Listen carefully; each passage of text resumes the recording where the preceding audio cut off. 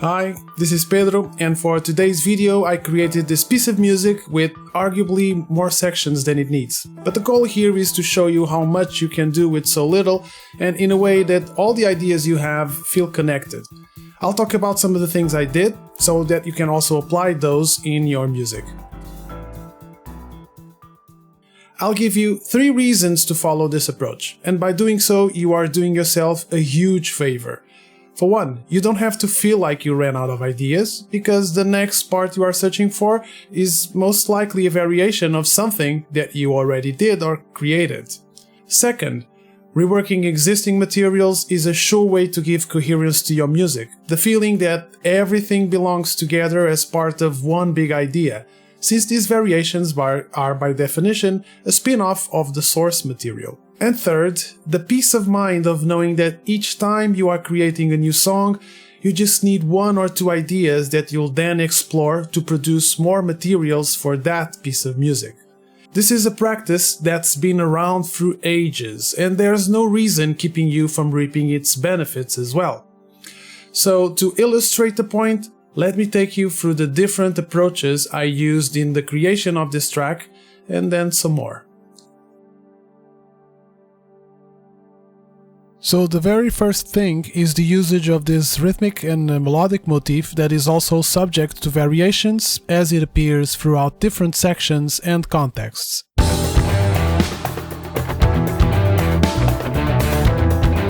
And here it appears again, but much slower. It's just a little allusion to it.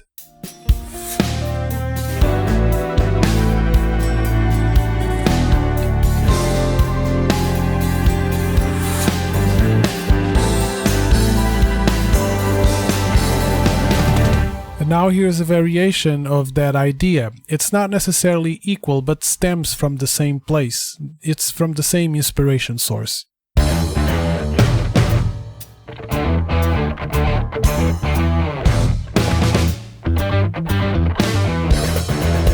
And here is that idea at half tempo. The only difference is that I changed modes, so it sounds different, it has a different color, but basically the same.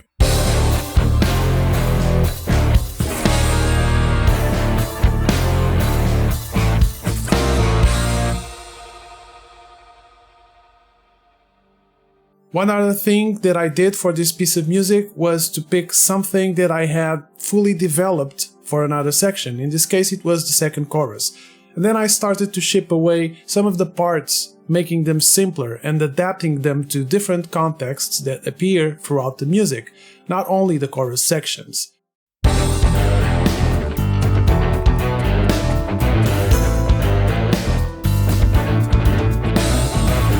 And here is the slightly simpler version that I used in the first chorus.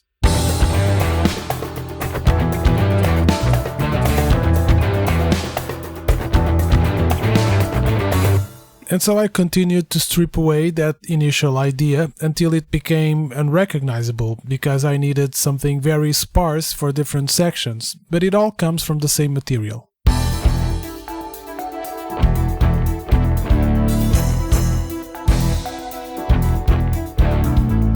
And here it is again, even more spaced out.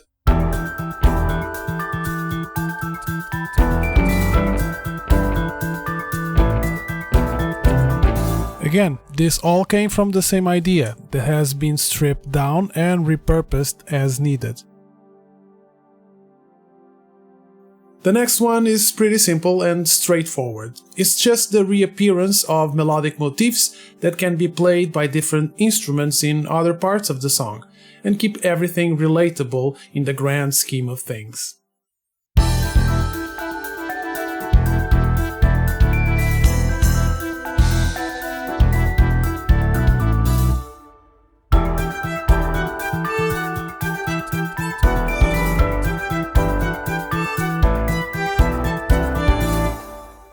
And although I didn't do it here, you could go as far as trying to have the drums to play that melody. And you could also do the other way around, which is creating a melody based on a groove. The next examples are basically just a variation of the initial melodic motif that I used in the beginning of every chorus sections, but I always developed it differently.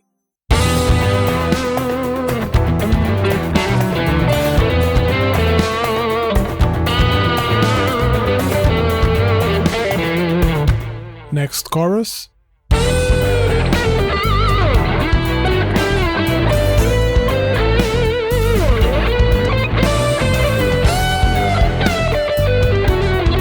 And its final reappearance.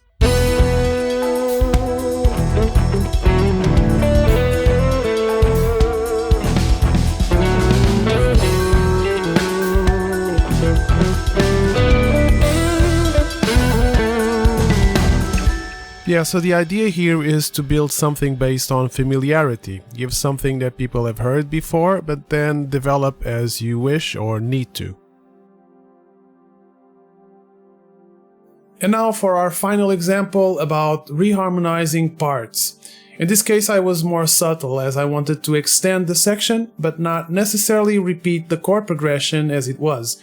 So I simply used those same chords from the first 8 bars and changed the bass notes to create different melody on the bass, of course, and make an impact on the overall harmonic color perception due to the chord inversions. It is subtle, but anyway, here's the example.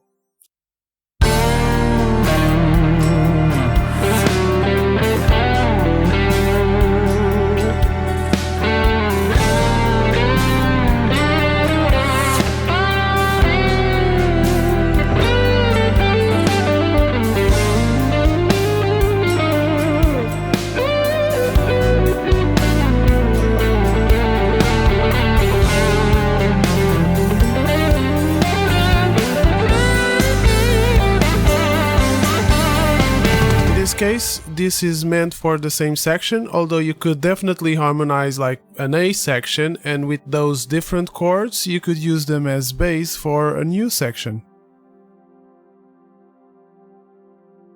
There are always different things that you could be doing, way more than what I did here, like experimenting with rotating parts of your rhythmic or melodic idea, or you could also transpose or change keys of a given section, or reharmonize it like we did here, all as part of a way of keeping things fresh.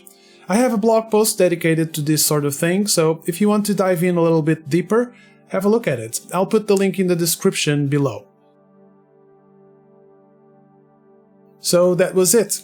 I hope you enjoyed these little tips that can take you a long way in the exploration of the fruits of your creation. This approach is a lot of fun because it's like you are in a control environment lab, testing ideas that could fit your goals for the type of color and sounds that you want for your music to have. And if you are not doing this already, please start doing so. It will save you a great amount of time looking for or waiting for the next idea that you'll hopefully be able to connect with what you have going. And trust me, it will save you a great deal of creative headaches and blocks. If for nothing, I think this is an approach that you will grow to love. If you are struggling with using some of the music composition techniques I approached in this video, please take a look at the Beyond Music Theory book or the harmonization courses or the blog. I'll put all the links in the description. And as always, don't forget to like and subscribe for more videos like this. And if you have reached this far, here's the full track put together. Thanks for watching, and until next time.